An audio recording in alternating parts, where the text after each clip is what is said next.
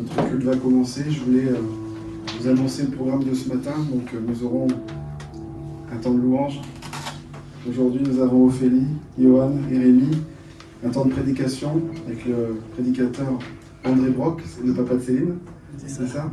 Pourquoi je souligne et j'honore mes frères et sœurs ce matin, parce que j'avais à cœur de vous dire, et vous le savez déjà, que dans le culte, la prédication, l'enseignement de la parole et la louange sont deux aspects primordiaux pour lesquels le Saint-Esprit utilise pour nous faire du bien.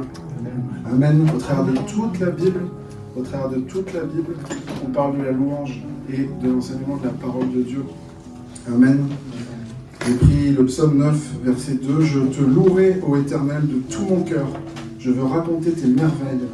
Par toi, j'exulte d'allégresse. Je te célèbre par des chants, ô Dieu très haut. » Amen. Hébreux 13, verset 15. « Par Jésus, offrons donc en tout temps un sacrifice de louange qui consiste à célébrer son nom. » Amen. Ça, c'est pour la louange et l'enseignement de la parole. J'ai juste pris un petit passage dans l'Ancien Testament, Proverbe 6, verset 23. « Car les préceptes sont une lampe, l'enseignement une lumière, et les avertissements de l'instruction, le chemin de la vie. » Amen. J'ai pas le temps pour tout citer dans la parole de Dieu, donc j'ai cité que ces trois passages.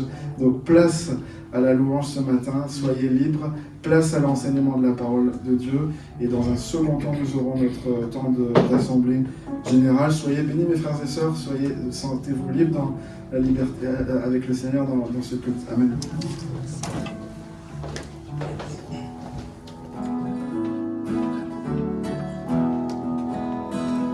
Chantons, car Dieu est là, poussons des cris de joie, laissons-lui un trône de reconnaissance, un palais de louange.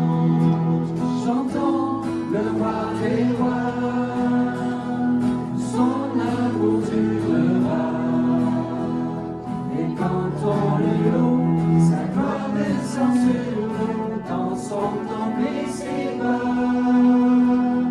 Chantons car Dieu est là. Jésus demeure au milieu de son peuple quand il vient le louer. Jésus demeure au milieu de son peuple quand il vient l'adorer. Chantons car Dieu est là. Poussons des cris de joie, laissons-lui un trône de reconnaissance, un palais de louange. Chantons le roi des rois, son amour durera, et quand on le loue, sa gloire descend sur nous dans son temple ici-bas. Chantons car Dieu est là. Nous sommes tous assemblés pour l'adorer avec nos instruments joyeux de ce que Dieu nous a sauvés. Faisons monter nos chants. Chantons car Dieu est là. Poussons des cris de joie. Laissons-lui un trône de reconnaissance, un palais de louange. Chantons le roi des rois, son amour durera, et quand on le loue, sa gloire descend sur nous dans son temple ici-bas. Chantons car Dieu est là. Chantons car Dieu est là. Chantons car Dieu est là.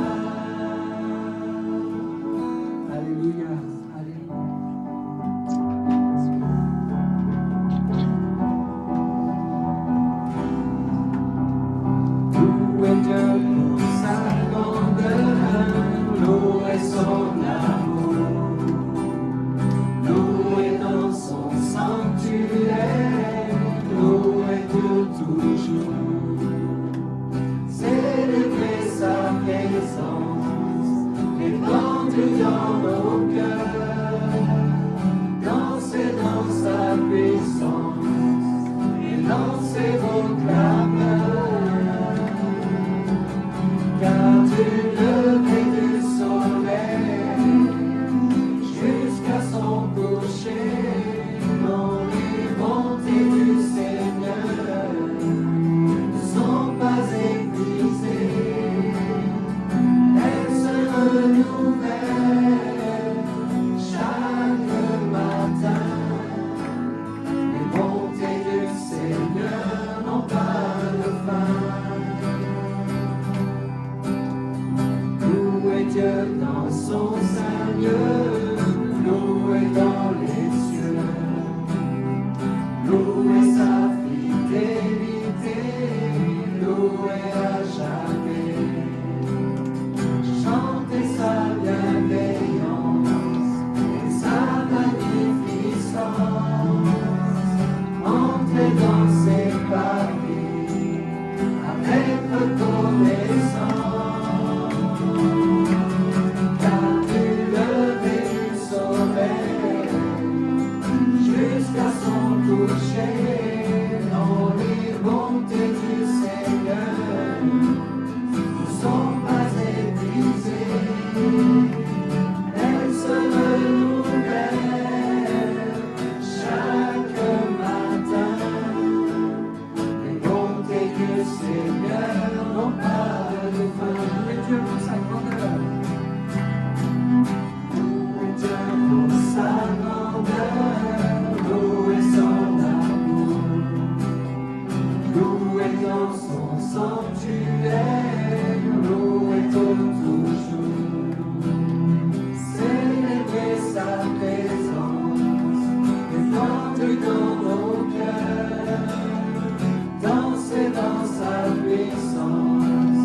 Et lancez vos clameurs. Car du lever du soleil jusqu'à son coucher, dans les bontés du Seigneur ne sont pas épuisées. Elles se renouvellent chaque matin. Les bontés du Seigneur n'ont pas de fin. Car du lever du soleil jusqu'à son coucher, dans les bontés du Seigneur ne sont pas épuisées. Elles se renouvellent chaque matin. Les bontés du Seigneur n'ont pas de fin. Les bontés du Seigneur n'ont pas de fin. Dernière fois, les bontés du Seigneur. Les bontés du Seigneur n'ont pas de fin.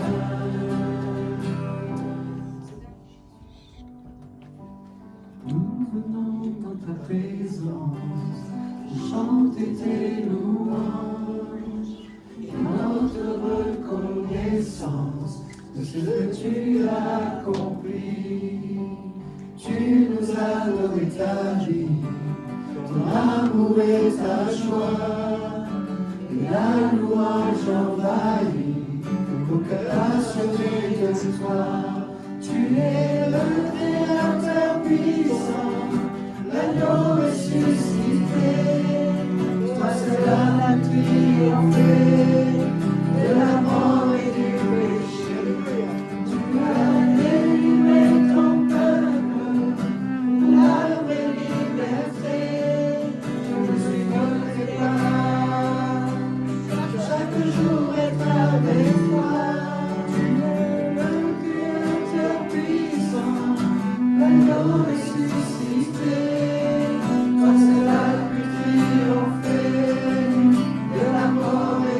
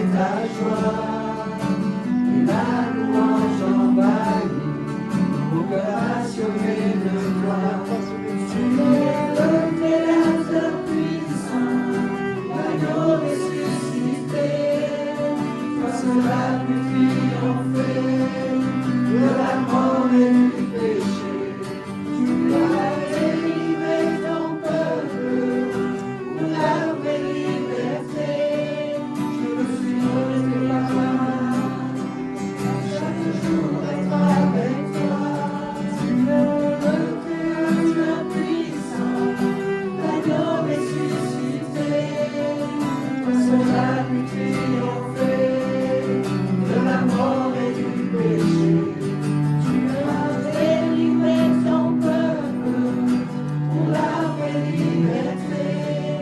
Je veux suivre tes pas, chaque jour être avec toi.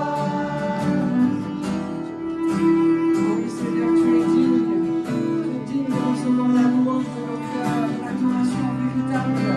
Parce que comme nous venons de chanter, tu as triomphé, tu as vaincu la mort, Seigneur. Tu as obtenu notre pardon, tu es en train de nous préparer une place dans le ciel, dans l'éternité avec toi. Nous te célébrons et parce que tu as tout accompli, nous pouvons nous approcher avec assurance de ton trône pour te célébrer et te glorifier.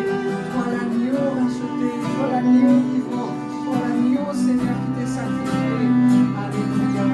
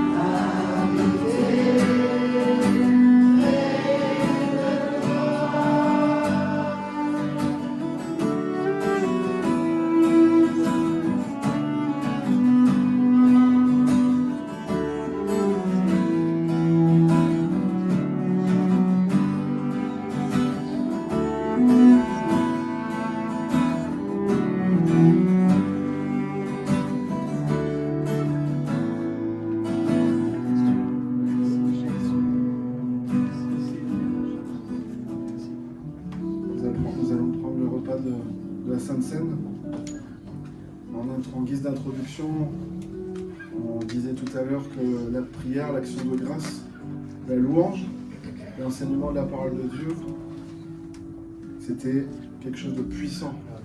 Amen. Mais considérons une chose ce matin, mes amis, c'est que si Jésus n'est pas mort, n'est pas ressuscité, tout ça c'est vain. Mais il n'en est pas ainsi, amen, on le croit. Le Seigneur est mort, il est ressuscité. Amen. 1 Corinthiens 15, verset 13. S'il n'y a pas de résurrection des morts, alors Christ, lui non plus, n'est pas ressuscité. Et si Christ n'est pas ressuscité, notre prédication n'a plus de contenu et votre foi est sans objet. C'est ce que je disais en paraphrasant la parole de Dieu. 1 Corinthiens 15, verset 20, un peu plus loin. Mais en réalité, j'insiste, amen, Christ est bien revenu à la vie. Et comme les premiers fruits de la moisson, il annonce la résurrection des morts, car tout comme la mort a fait son entrée dans ce monde par un homme, la résurrection vient aussi par un homme. En effet, de même que tous les hommes meurent du fait de leur union avec Adam, tous seront ramenés à la vie du fait de leur union avec Christ. Amen. Alors, si vous voulez ce matin célébrer votre engagement et votre union avec Christ une nouvelle fois, on va prendre le repas de la Sainte Seine. Je vous invite à vous lever, ceux qui sont engagés avec le Seigneur. J'aime ta présence, Jésus. J'aime ta présence, mon bien-aimé. J'aime ta présence, Jésus. J'aime ta présence, mon bien-aimé. Et ton amour est là.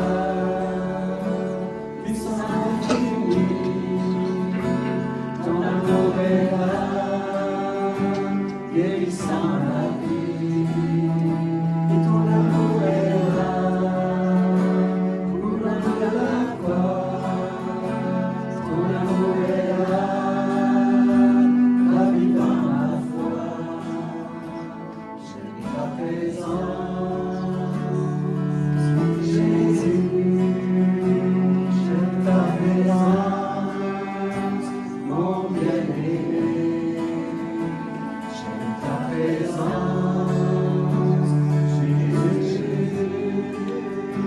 J'aime ta présence, mon bien-aimé. Ton esprit est là, Saint Consolateur. Ton esprit est là. Il est dans mon cœur, et ton esprit est là, répandu sur terre. Ton esprit est là, révélant le Père. J'aime ta présence, Jésus. J'aime ta présence, mon bien-aimé. Ta présence, Jésus. J'aime ta présence, mon bien-aimé. Et ton amour est là, puissant infini. Ton amour est là, guérissant ma vie. Et ton amour est là, courant de la croix. Ton amour est là, ravivant ma foi. Et ton esprit est là, Saint Consolateur. Ton esprit est là, libérant mon cœur. Et ton esprit est là, répandu sur terre. Ton esprit est là, révélant le Père. J'aime ta présence. Bonjour à tous. Jette un regard circulaire, regardez un peu les visages, ça fait plaisir de voir chaque personne. Et on se réjouit de ces moments et surtout de la présence du Seigneur. C'est ce qui est important. Vous savez, j'aime bien utiliser certaines images. Mon père faisait ça, vous voyez, il disait souvent les chiens ne font pas des chats, alors je fais un peu comme lui. Et vous savez, ce qui est important, c'est pas le contenant, c'est le contenu. Je vais vous lancer un petit défi. Qu'est-ce que vous préférez? Un verre de vinaigre dans une flûte à champagne ou un bon vin dans un verre ordinaire?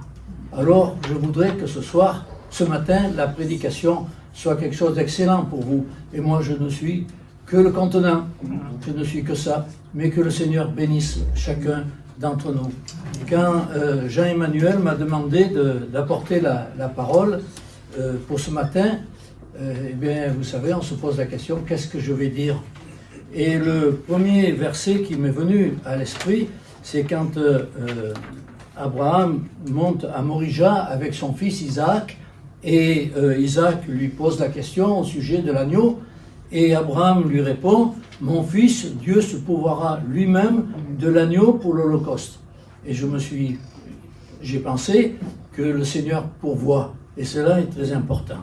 Et puis dimanche dernier, au culte, ça doit vous arriver à vous aussi, la pensée divague. Vous voyez, on pense, je ne sais pas, aux petits travaux à la maison, on pense à je ne sais quoi, et on n'entre pas dans le culte. Et dimanche dernier, j'étais dans cet état d'esprit-là, et j'étais ennuyé de cela, parce que je voulais participer au culte. Je n'étais pas venu pour m'asseoir sur une chaise. Et le verset qui m'est venu, c'est ce verset de Méphibosheth, quand il parle à David, j'expliquerai un petit peu plus, et il donne cette expression, qu'il prenne même le tout, et à cause de cette expression, puisque le roi, mon Seigneur, rentre en paix dans sa maison.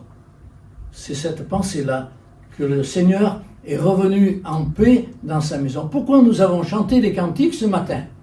Qu'est-ce qui nous a donné la liberté, la possibilité de chanter des cantiques et de louer le Seigneur? Eh bien, c'est parce qu'il est ressuscité.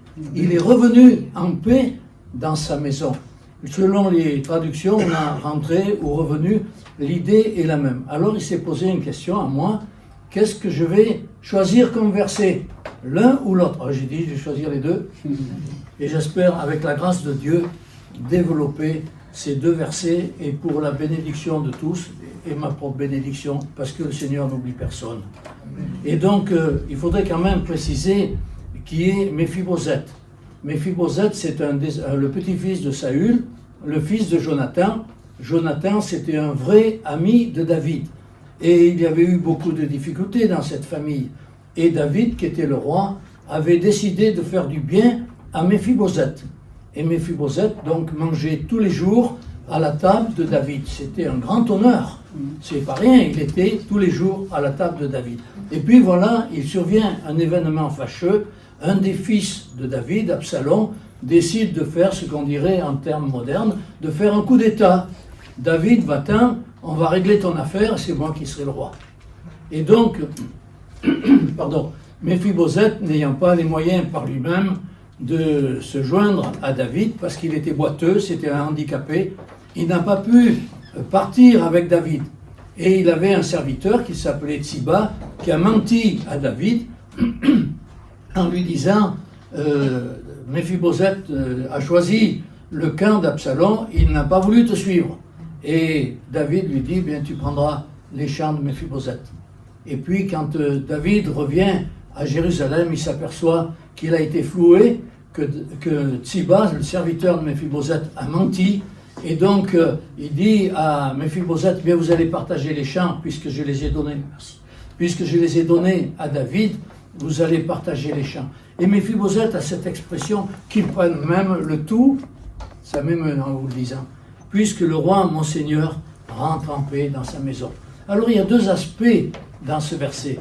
Il y a un aspect matériel, parce qu'il dit puisqu'ils prennent même le tout, c'est-à-dire il s'agit de ce qui est strictement matériel. Puis il y a la deuxième partie, puisque le roi, mon Seigneur, rentre en paix dans sa maison. Alors j'ai pensé que c'était quand même intéressant de s'arrêter un petit peu sur ce qu'était notre Dieu qui donne tout.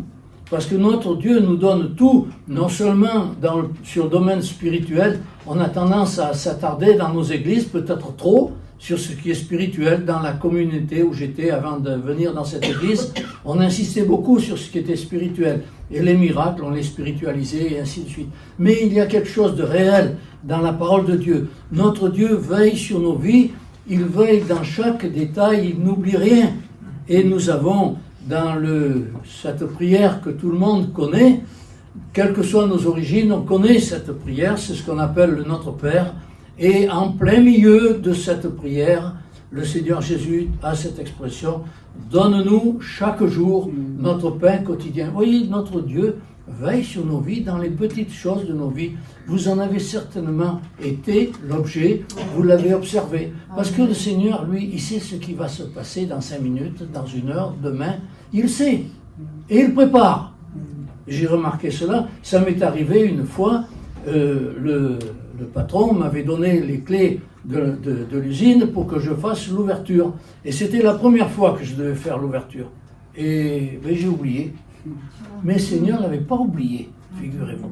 Et il a organisé les choses pour que j'arrive en avance, alors qu'il y avait encore quelques personnes qui attendaient devant la porte. J'étais encore dans les temps. Le Seigneur le savait. Rassurez-vous, j'ai fait attention après. Ça ne s'est pas produit 2 fois. Le Seigneur m'a donné une leçon, mais il m'a donné aussi sa grâce. Et c'est ce que je veux retenir par-dessus tout. Et le Seigneur veille sur nos vies, il veille dans chaque détail. Donne-nous chaque jour notre pain quotidien. C'est quelque chose de matériel. C'est pas spirituel, c'est matériel. Et le Seigneur veille sur nos vies. Vous savez, cette sollicitude, on la voit dans d'autres versets. Le psaume nous dit « J'ai été jeune, j'ai vieilli, et je n'ai point vu le juste abandonné, ni sa postérité mendiant son pain. » Vous voyez, le Seigneur veille sur nos vies. Je n'ai plus 20 ans aujourd'hui, je ne vous dirai pas mon âge. Il y a quelques années. Bon. Donc, le psalmiste, là, nous montre qu'en tout temps, le Seigneur veille sur nos vies. Puis, il y a un autre verset qui m'interpelle, parce que, vous savez, on a tendance, et il faut faire attention à ça, à prendre un verset de la Bible et le pousser jusqu'au bout. Et en le poussant trop loin, on fait dire des sottises à la Bible. Et la Bible est équilibrée. Et je dirais qu'elle donne un sens et puis qu'elle donne un point d'arrêt. Ça va jusque-là, ça ne dépasse pas. Et certains pourraient dire, bien puisque le Seigneur veille sur ma vie, il me donne mon pain quotidien, formidable, les pieds dans les pantoufles, je mets l'assiette sur la table, je prie et le repas est là. Ça ne marche pas. Et nous avons toujours notre part. Et je me rappelle toujours, avec un certain humour, on avait des invités, on fait la prière avant le repas, et une de mes filles, qui avait 4-5 ans à l'époque, a eu cette expression, c'est le Seigneur qui nous donne la nourriture, mais c'est nous qu'on l'achète. Et ça nous a fait tous rire, évidemment. Et puis, je suis arrivé, vous savez, le Seigneur c'est toute chose, je suis arrivé à ce verset de la parole de Dieu, quelques jours après. Celui qui fournit de la semence au semeur et du pain pour sa nourriture vous fournira et vous multipliera quoi? La semence, pas le pain, la semence. Et il augmentera les fruits de votre justice. C'est-à-dire que le Seigneur nous donne notre pain quotidien, mais nous avons aussi notre part à faire. Et ça, c'est un principe qui demeure. Le Seigneur Jésus, il a tout accompli à la croix, mais on a quelque chose à faire, nous. D'abord placer notre foi dans l'œuvre de Jésus à la croix du Calvaire. C'est essentiel. C'est croire que Jésus est venu sur cette terre pour porter mon péché. J'insiste sur le mon péché, parce que c'est vrai pour chacun de nous. J'ai souvent cette image qu'on rentre dans l'église, qu'on rentre au profit de l'évangile, on y rentre en file indienne, vous voyez. On y rentre les uns derrière les autres, on n'y rentre pas en groupe, chacun pour soi. C'est après, quand on a passé la porte, qu'on se retrouve tous ensemble dans la communion fraternelle. C'est ainsi que les choses se passent. Et donc, le Seigneur est venu tout exprès donc, pour accomplir l'œuvre de la rédemption. Ça, c'est fait. Ça, c'est fait. Mais nous avons donc notre foi à placer en lui. Et puis, la deuxième chose qui est essentielle, c'est de demander pardon pour notre péché.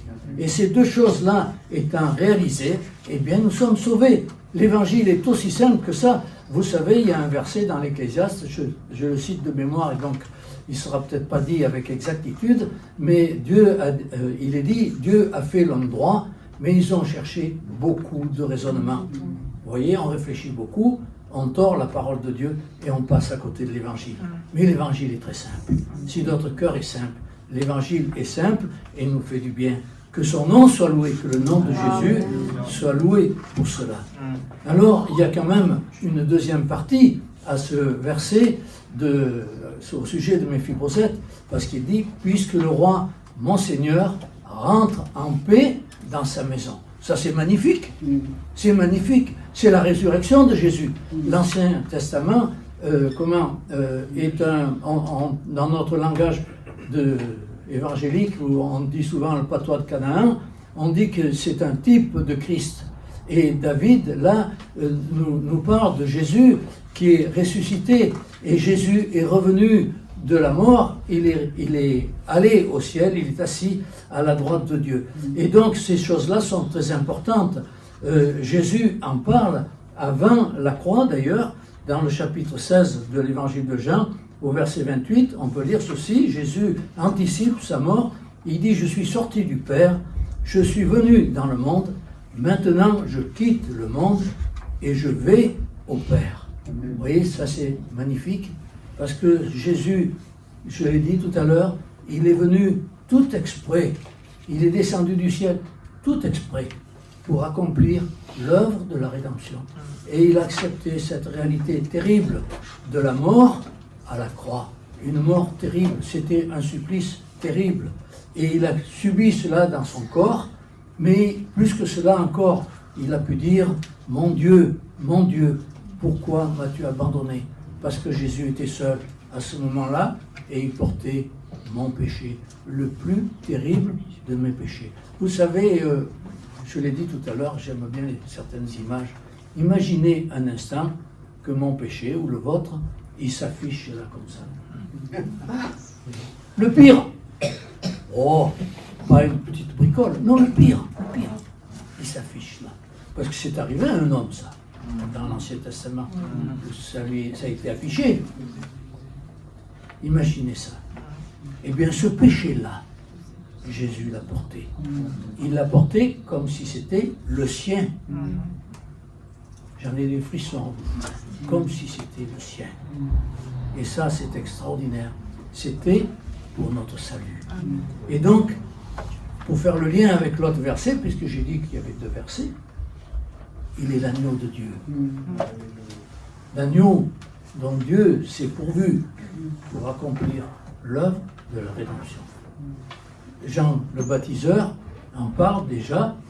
Il vit Jésus venant à lui et il dit « Voici l'agneau de Dieu qui ôte le péché du monde. » Est-ce que vous vous êtes jamais posé la question pourquoi Jésus avait choisi ce nom de l'agneau? Est-ce que vous pensez que l'agneau, c'est un petit animal innocent? C'est fort, cela. Jésus a pris un tel nom. Et ça nous parle de quoi? Ça nous parle de son humilité, ça nous parle de son sacrifice, et ça nous remonte aussi jusqu'à l'agneau pascal qui était offert par les Israélites quand ils ont dû quitter l'Égypte. Et l'agneau était immolé, et son sang était répandu sur le linteau et les poteaux de la porte, et l'ange exterminateur passait sur l'Égypte et il voyait le sang et il disait « Cette maison, je n'y rentre pas.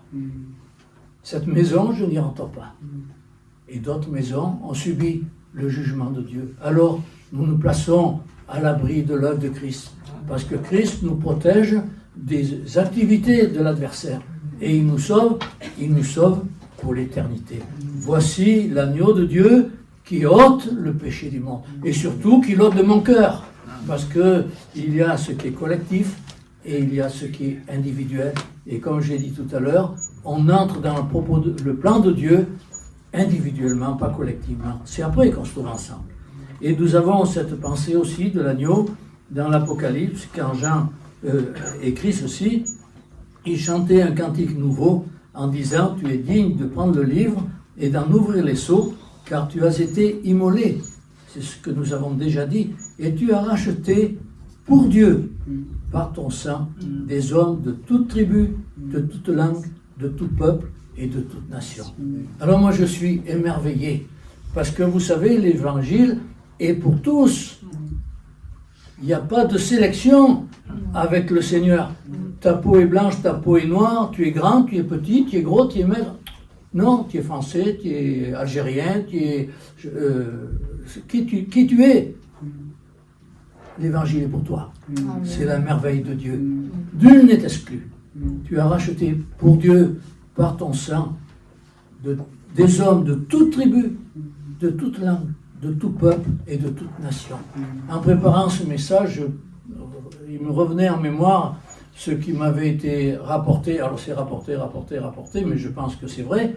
C'est le maire de Nouméa, en Nouvelle-Calédonie, qui avait dit au pasteur: vous avez réussi une chose que moi je voudrais bien faire dans la ville, c'est que dans une même salle, vous rassemblez des gens de toute ethnie.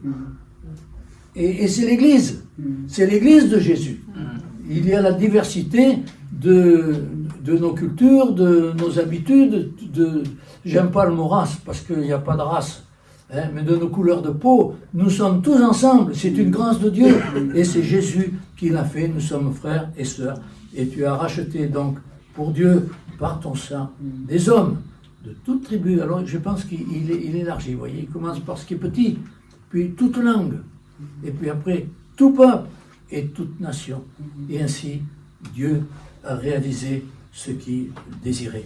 Et puis nous avons, j'espère que j'ai encore le temps, oui, nous avons cette expression ailleurs, Jésus qui dit dans cette prière du chapitre 17 de l'évangile de Jean, il dit: maintenant toi, Père, glorifie-moi auprès de toi, auprès de toi-même, de la gloire que j'avais auprès de toi avant que le monde fût. Cela nous ramène encore à cette réalité que Jésus est ressuscité et qu'il est là, il anticipe sa résurrection, il anticipe son élévation, il anticipe l'ascension quand il sera auprès du Père, qui sera monté au ciel. Et donc ça, c'est ce qu'il nous a promis. Mais dans le fait que Jésus est assis à la droite de Dieu, il n'est pas parti, il n'a pas quitté ce monde terrestre sans faire des promesses à ses disciples. Et ces promesses, il les a réalisées. Parce que vous savez, ce que Dieu promet, il le fait. Il le fait. Vous croyez ces choses, je vois que ça vous fait réagir, c'est magnifique. Ce que Dieu promet, il le fait. Alors on va lire quelques versets à ce propos. C'est Luc dans le livre des Actes au chapitre 1er, qui en introduction de son livre dit à ceci, il écrit à son ami Théophile, il dit: Théophile, j'ai parlé dans mon premier livre de tout ce que Jésus a commencé de faire et d'enseigner dès le commencement jusqu'au jour où il fut enlevé au ciel, après avoir donné ses ordres par le Saint-Esprit aux apôtres qu'il avait choisis, après qu'il eut souffert. Voyez? Et donc maintenant il leur a paru, il revient, il leur a paru vivant et leur en donna plusieurs preuves, se montrant à eux pendant 40 jours, parlant des choses qui concernent le royaume de Dieu. Voyez, Jésus nous montre là, et c'est Luc qui nous l'explique, que Jésus est revenu de la mort, il est ressuscité et il est notre sauveur. Alors, donc nous avons ces promesses de Jésus, et nous avons en particulier celle-ci dans le chapitre 14, alors que l'œuvre de la croix n'a pas encore été réalisée. Jésus dit: je ne vous laisserai pas orphelins, je viendrai à vous encore un peu de temps et le monde ne me verra plus, mais vous me verrez, car je vis et vous vivrez aussi. Voilà la promesse de Dieu, la promesse de Jésus. Il ne nous laisse pas orphelins, et nous comprenons qu'il y a l'onction de l'Esprit qui va être répandue, comme on le lit dans le livre des Actes, dans le chapitre 1er et chapitre 2. L'Esprit de Dieu sera répandu sur toute chair, et cela fait partie des promesses de Dieu, de Jésus. Je ne vous laisserai pas orphelins, il ne nous abandonne pas. Et puis je conclurai par ce verset que je chéris particulièrement. Je crois que je le cite peut-être souvent, j'espère pas trop souvent, mais enfin comme je ne prêche pas souvent ici, je n'ai pas trop de crainte. Ce verset est magnifique. Jésus dit ceci, « Si quelqu'un m'aime, il gardera ma parole, et mon Père l'aimera. Amen. Nous viendrons à lui et nous ferons notre demeure chez lui. » Est-ce que nous pouvons réaliser que nous sommes aimés du Père? C'est pas rien. C'est pas rien. Aimés de la part de Dieu. Nous avons une place dans le cœur de Dieu. On peut chérir cette pensée et il va encore plus loin. Nous viendrons à lui. C'est ce que nous avons vécu ce matin. Le Seigneur Jésus est venu et dans les cantiques et dans la louange, nous avons exprimé cette réalité de Jésus qui était au milieu de nous. Et nous ferons notre demeure chez lui. Pas du camping, c'est une demeure. Et ça, c'est magnifique. Voilà ce que je voulais vous présenter. Que le Seigneur bénisse nos âmes, chacun d'entre nous. Que nous puissions faire des progrès avec le Seigneur.